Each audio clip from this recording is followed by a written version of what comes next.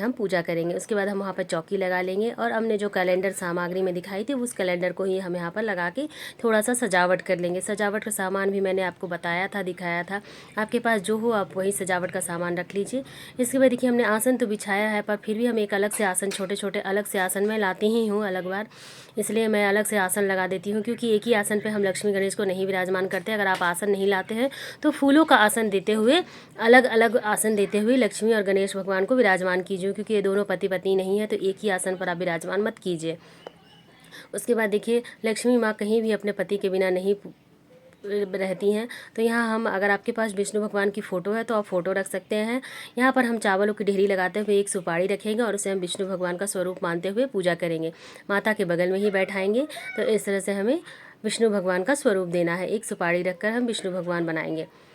आप चाहें तो यहाँ पे शंख भी रख सकते हैं, तो शंख से भी आप पूजा कर सकते हैं, उसे भी विष्णु भगवान का ही स्वरूप माना जाता है। उसके बाद हम चावलों की ढेरी लगाते हुए अष्टदल कमल बनाएंगे और एक लोटा रखेंगे। लोटा पर हम पहले स्वास्तिक बना लेंगे, उसके बाद ही हम इस पे रखेंगे, क्योंकि लोटा रखने के बाद आप स्वास्तिक नहीं बना पाएंगे। इसके बाद हम इसमें कर्ण तक जल से भर देंगे। जल और गंगा जल हम दोनों मिलाकर ही रखे थे, इसमें आप जल से और गंगा जल से इस लोटे को पूरा कर्ण तक भर दीजिए। उसके बाद इसमें डालने के लिए हमने जो सामग्री रखी थी आपको दिखाया था। इसके बाद हमें इसमें मौली लगाएंगे। पहले ही आप मौली बांध लीजिए, बाद में बांधने में दिक्कत होती है, तो इस तरह से हमें मौली बांधना है। लोटे के गले में आपको मौली लपेटना है, धागा। इसके बाद हमें इसमें फूल, अक्षत, हल्दी, लौंग, इलायची और सुपारी, 1 रुपये का सिक्का और थोड़े से चावल हमें डालने होते हैं। कलश के अंदर हम डालेंगे। 1 रुपये का सिक्का के साथ हम कलश की स्थापना करेंगे। इसके बाद हमें एक जटे वाला नारियल लेना है, तो आप जटे वाला नारियल ले लीजिए। अगर आप कलश नहीं बनाना चाहते तो कोई बात नहीं, इस पार्ट को स्किप कर दीजिए। उसके बाद हम इसकी भी पूजा कर लेंगे। और आप चाहे तो इसमें कपड़ा लपेट लीजिए, नहीं चाहते हैं तो केवल मौली ही लगा लीजिए। इस तरह से हमें नारियल को कवर कर लेना है। उसके बाद हम पल्लव लेंगे, आम के जो हम पत्ते लेंगे उसको भी हम तिलक लगा लेंगे। आप चाहे तो 5 लीजिए, 11 लीजिए, 7 लीजिए, आपकी मर्जी। इस तरह से हमें आम के पत्ते लेने हैं, पल्लव, आम पल्लव जो बोलते हैं। अगर आपके पास पत्ते हैं तो पत्ते ले लीजिए, बंच है तो बंच बहुत ही अच्छा होता है, तो आप बंच ले लीजिए। आम के पत्ते नहीं है तो आप अशोका के पत्ते ले लीजिए, पान के पत्ते ले लीजिए। माँ लक्ष्मी को पान के पत्ते भी बहुत अधिक प्रिय हैं, तो आप कलश में कोई भी पत्ता रख सकते हैं। उसके बाद हम कलश की स्थापना कर लेंगे। तो नारियल का मुंह पूजा करने वालों की तरफ रखिए या फिर ऊपर की तरफ रखिए। इस तरह से आपको कलश की स्थापना कर दी है। फिर हम सभी को बड़े ही भावपूर्वक जल का छींटा लगाते हुए स्नान कराएंगे। पहले ही हमने मूर्तियों की स्थापना कर ली थी, अब हम स्नान कराएंगे। फोटो में विद्यमान सभी देवी देवता को, कलश को, सभी को हम स्नान कराएंगे। उसके बाद हम तिलक लगाएंगे। तो देखिए ऐसे तो सभी पूजा गणेश भगवान की पूजा से शुरू होती है। यहाँ पे तो गणेश भगवान जी स्वयं विराजमान है, तो हम पहले गणेश भगवान को, माँ लक्ष्मी को, कलश को, सभी को एक एक करके तिलक लगाएंगे। तो हल्दी से, कुमकुम से, चंदन से, जो भी आपने तिलक लगाने के लिए सामग्री ली है उससे आप एक एक करके तिलक करते रहिए। बड़े ही प्रेम पूर्वक तिलक कीजिए। विष्णु भगवान को भी साथ साथ पूजा कीजिए। सरस्वती माँ की फ़ोटो है तो आप उन्हें भी पूजा करते रहिए। तो जी इस तरह से आपको बड़े ही प्रेम पूर्वक सभी को तिलक लगाना है। उसके बाद हम अक्षत समर्पित करेंगे। तो देखिए अक्षत समर्पित कीजिए, क्योंकि बिना अक्षत के कोई भी तिलक पूरा नहीं होता, तो आप अक्षत ज़रूर समर्पित कीजिए। माँ लक्ष्मी की पूजा में चावलों का बहुत विशेष महत्व है, तो इस तरह से हमें अक्षत समर्पित करनी है। इसके बाद हम एक पीतल का घी का दिया लेंगे, तो आप इसे शुद्ध घी का ही दीपक लीजिए। उसके बाद हम एक अखंड ज्योत जलाएंगे। उसके लिए हमें यहाँ पर चावल से स्वास्तिक बनाना है, ये बहुत ही शुभ होता है। तो आप जब भी चौकी लगाएं तो चावल से स्वास्तिक जरूर बनाएं। ये देखिए हमने यहाँ पे चावल से स्वास्तिक बना लिया है, बहुत ही सुंदर। यहाँ पर हम एक अखंड दीपक जलाएंगे, जो कि रात भर जलता रहेगा, पूरी रात जलेगा। और ये तेल का ही दीपक होता है, इसे तेल से जलाया जाता है। इसका मुंह पूजा करने वालों की तरफ रहता है। घी का दीपक जो जलाएंगे उसका मुंह हम माँ की तरफ रखना है, और जो तेल का दीपक जलाएंगे उसका मुंह हमें पूजा करने वालों की तरफ रखना है। तो इस तरह से हम एक अखंड ज्योत जलाएंगे और एक घी का दीपक जलाएंगे। हमने दीपक प्रज्वलित कर लिया है, इसके बाद ही हम पूजा शुरू करेंगे, क्योंकि दीपक हमारी पूजा का साक्षी होता है। तो आप एक दीपक पहले ही जला लीजिए, हो सके तो दोनों ही दीपक जला लीजिए। पहले हमें माँ लक्ष्मी के सामने ही दीपक जलाना है, उसके बाद ही हम पूरे घर में दीपक जलाएंगे। तो इस तरह से आपको पूजा करनी है। स्नान तो हमने पहले ही करा दिया था, अब हम सभी को वस्त्र समर्पित करेंगे। तो अगर आपके पास वस्त्र है तो ठीक है, नहीं है तो आप वस्त्र रूपी कलावा समर्पित कर सकते हैं। केवल कलावा से भी आप वस्त्र समर्पित कर सकते हैं। तो हम एक एक करके माँ लक्ष्मी को, भगवान गणेश को वस्त्र समर्पित करेंगे। तो जब हमने सबको वस्त्र समर्पित कर दिया है, उसके बाद हमें जो फ़ोटो पर विद्यमान देवी देवता हैं उन्हें भी हमें वस्त्र समर्पित करना है। तो उनके लिए हम कलावा समर्पित करेंगे। तो इस तरह से हमें तो सभी को वस्त्र समर्पित करना है। फिर देखिए हम मूर्तियों के लिए जो छोटे छोटे माला लाए हैं वो पहना देंगे। अगर आप माला नहीं लाए हैं तो कोई बात नहीं, आप इसी तरह से पूजा कर लीजिए, फूल समर्पित कर दीजिएगा।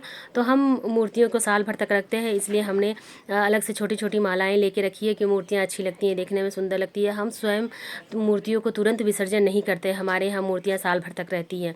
मिट्टी की मूर्ति है फिर भी हम इन्हें साल भर तक रखते हैं। सभी जगह रहती है, आप दुकानों वगैरह में भी देखे होंगे कि सभी जगह मूर्तियाँ रहती ही हैं साल भर तक, तुरंत इन्हें विसर्जन नहीं करते हैं, हम अगले साल ही विसर्जन करते हैं।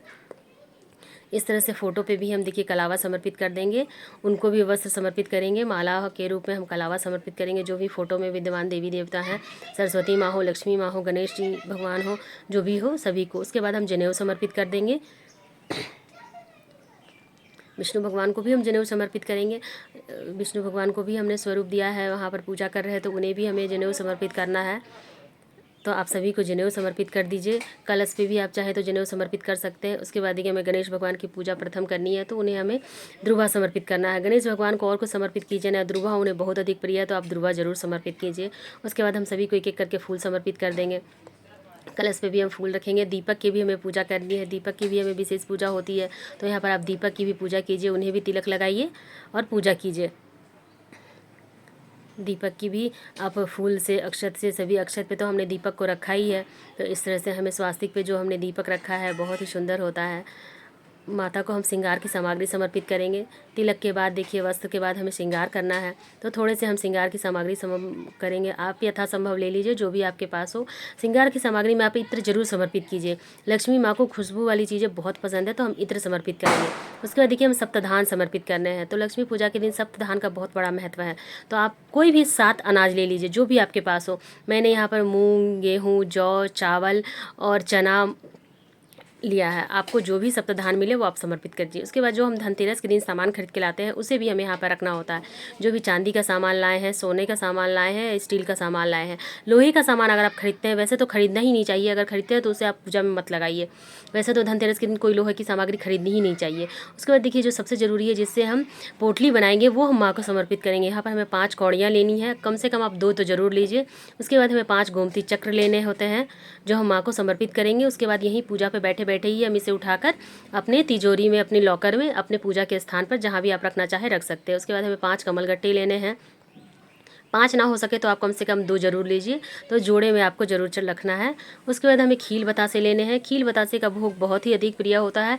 इस पूजा में खील बतासे का बहुत ही विशेष महत्व है, तो आप खील बतासे जरूर ही लीजिए। 5 दिवसीय दीपावली का पर्व में आपको खील बतासे जरूर ही लगेंगे। इसके बाद देखिए आप मिठाई ले लीजिए, जो भी दूध से बनी मिठाई हो वो आप लीजिए, और लड्डू लीजिए। गणेश भगवान का प्रिय भोग लड्डू है, तो आप लड्डू ले लीजिए, और पेड़े, बर्फ़ी वगैरह ले लीजिए जो दूध से बनी हो। इसके बाद हमें ऋतुफल समर्पित करने हैं, तो जो भी ऋतुफल आपको आसानी से मिल जाए वो ऋतुफल आप ले लीजिए। फिर हम पान के पत्ते लेंगे, क्योंकि भोग माता को पान के पत्ते पर ही समर्पित किया जाता है। अगर हो सके तो आप सभी भोग के प्लेट में नीचे पान के पत्ते रख दें और ऊपर से भोग रखकर समर्पित कीजिए, और नहीं तो केवल एक पान का पत्ता तो ज़रूर समर्पित कीजिए। तो इस तरह से हमें पान के पत्ते पर 1 सुपारी, 1 लौंग, इलायची और जो भोग हमने लिया है उसे लेकर हम माता को समर्पित करेंगे। इस तरह से हमें महालक्ष्मी की संपूर्ण पूजा करनी है। उसके बाद आप दक्षिणा समर्पित कीजिए। तो देखिए इसमें दक्षिणा समर्पित करें, क्योंकि इसमें जो दक्षिणा आप समर्पित करते हैं किसी को दान नहीं करना होता है, हमें स्वयं के लिए यूज़ करना होता है। या तो आप उस दक्षिणा से पूजा की सामग्री ले लीजिए, अपने लिए कुछ ले लीजिए, पूजा का सामान ले लीजिए। इसमें लक्ष्मी पूजा में यूज़ किया गया हर एक चीज़ हमें खुद के लिए ही रखना होता है, किसी को दान नहीं करना होता है। यहाँ तक कि इसमें जो फूल पत्तियाँ होती हैं वो भी आपको घर में भूमि विसर्जन ही करना है, कहीं बाहर नहीं ले जाना है। उसके बाद देखिए हमें कमल का फूल समर्पित करना है। जब आप पूजा कर ले उसके बाद आप माता को कमल का फूल समर्पित करें, और कमल का फूल कभी भी आप बंद समर्पित मत करें, इसे खोल कर समर्पित करें। पूरी अच्छी तरह से खिला हुआ फूल ही समर्पित कीजिए। देखिए मैंने बहुत अच्छे से खिला लिया है, तो इस तरह से आप कमल का फूल समर्पित कीजिए। माता को कमल का फूल ज़रूर समर्पित कीजिए। माता को कमल फूल बहुत अधिक प्रिय है, तो आप इस तरह से माता को कमल का फूल ज़रूर समर्पित कीजिए। इस तो हमने देखिए कमल का फूल को बहुत अच्छी तरह से खिला लिया है। उसके बाद हम माता को कमल का फूल समर्पित करेंगे। तो मेरी ये संपूर्ण पूजा विधि आपको कैसी लगी मुझे कमेंट करके ज़रूर बताइएगा। वीडियो बनाने में बहुत ही मेहनत लगती है, और आपके लिए हम पूरी संपूर्ण जानकारी लेते हैं, एक भी पार्ट हम नहीं छोड़ते हैं। तो इस तरह से आपको ये वीडियो कैसा लगा ज़रूर बताइएगा। फिर देखिए सबसे ज़रूरी जो है, हमें माता पर खील की वर्षा करनी होती है। तो आप इस तरह से हाथ लेकर सभी फ़ोटो में विद्यमान देवी देवता है और माँ लक्ष्मी पर हमें खील की बरसात करनी है। तो आप हाथ में खील ले लीजिए और माता के ऊपर से खील की वर्षा कीजिए। बोलिए जैसे आपका खील की वर्षा हो रही है वैसे ही हमारे घर में भी धन धान्य की कभी कोई कमी ना रहे, हमारा घर भंडारे से भरा रहे। तो इस तरह से हमें करनी है। उसके बाद जो दीपक हमने घी का जलाया है, आप चाहे तो अलग से दीपक जला लें, नहीं तो घी का जो दीपक है उसी से हम आरती करेंगे। बहुत ही प्रेम पूर्वक आरती कीजिए। कहीं कहीं पर आरती नहीं की जाती है, तो अगर आपके यहाँ नहीं की जाती है तो आप मत कीजिए। हमारे यहाँ तो बड़े ही प्रेम पूर्वक से माता की और गणेश जी भगवान की आरती की जाती है। तो हम तो बड़े प्रेम पूर्वक आरती करते हैं, आरती गा गा के, ताली बजा के आरती करते हैं। तो आप भी बड़े ही प्रेम पूर्वक आरती कीजिए, माता की आरती कीजिए, गणेश जी भगवान की आरती कीजिए। सरस्वती माँ की भी आप आरती कर सकते हैं, इस दिन सरस्वती माँ की भी पूजा होती है। तो इस तरह से बड़े प्रेम पूर्वक आप आरती कीजिए माता की। उसके बाद हमें देखिए बहुत सारे दीपक जलाने होते हैं। तो जब आप पूजा कर ले उसके बाद ही आप पूरे घर में दीपक जलाएं। माता के सामने भी आप दीपक जलाएं। पूरा दीपक से माता का जो आसन है उसको जगमगा दीजिए। इस तरह से आपको पूरा दीपक जलाना है। जितने हो सके दीपक जलाइए, कम से कम 5-10 तो माता के सामने दीपक ज़रूर ही जलाइए। माता के आगे ही 5 दीपक ज़रूर जलाइए। इस तरह से हमें महालक्ष्मी की विशेष पूजा करनी है और संपूर्ण पूजा विधि मैंने आपको बताई है। आपको यह वीडियो कैसा लगा मुझे कमेंट करके ज़रूर बताइएगा। उसके बाद हम यहाँ 1 लोटा जल रखेंगे। जल को आप पूजा के बाद चंद्रमा को अर्घ दे सकते हैं या फिर अगले दिन आप पौधों में सींच दीजिए।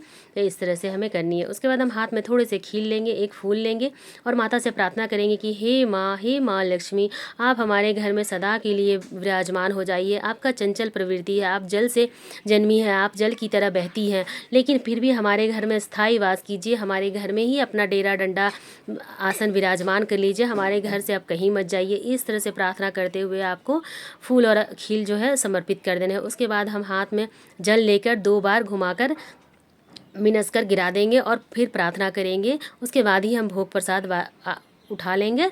इस तरह से हमें अपनी पूजा संपूर्ण करनी है और माँ से और गणेश भगवान जी से प्रार्थना करनी है कि हमारे घर में रिद्धि सिद्धि समेत विराजमान हो और हमारे घर में ही वास करें। उसके बाद आपको चौकी कब उठानी है, कैसे उठानी है, इसका वीडियो मैं अलग से डाल दूंगी, आप वहाँ से जाकर देख लीजिएगा। आपको मेरा वीडियो कैसा लगा कमेंट करके ज़रूर बताइएगा, मुझे आपके कमेंट का इंतज़ार रहेगा। महालक्ष्मी की जय हो। यह वीडियो आपको कैसा लगा इसके लिए एक लाइक तो ज़रूर बनता है। जय माँ लक्ष्मी दोस्तों, फिर मिलेंगे।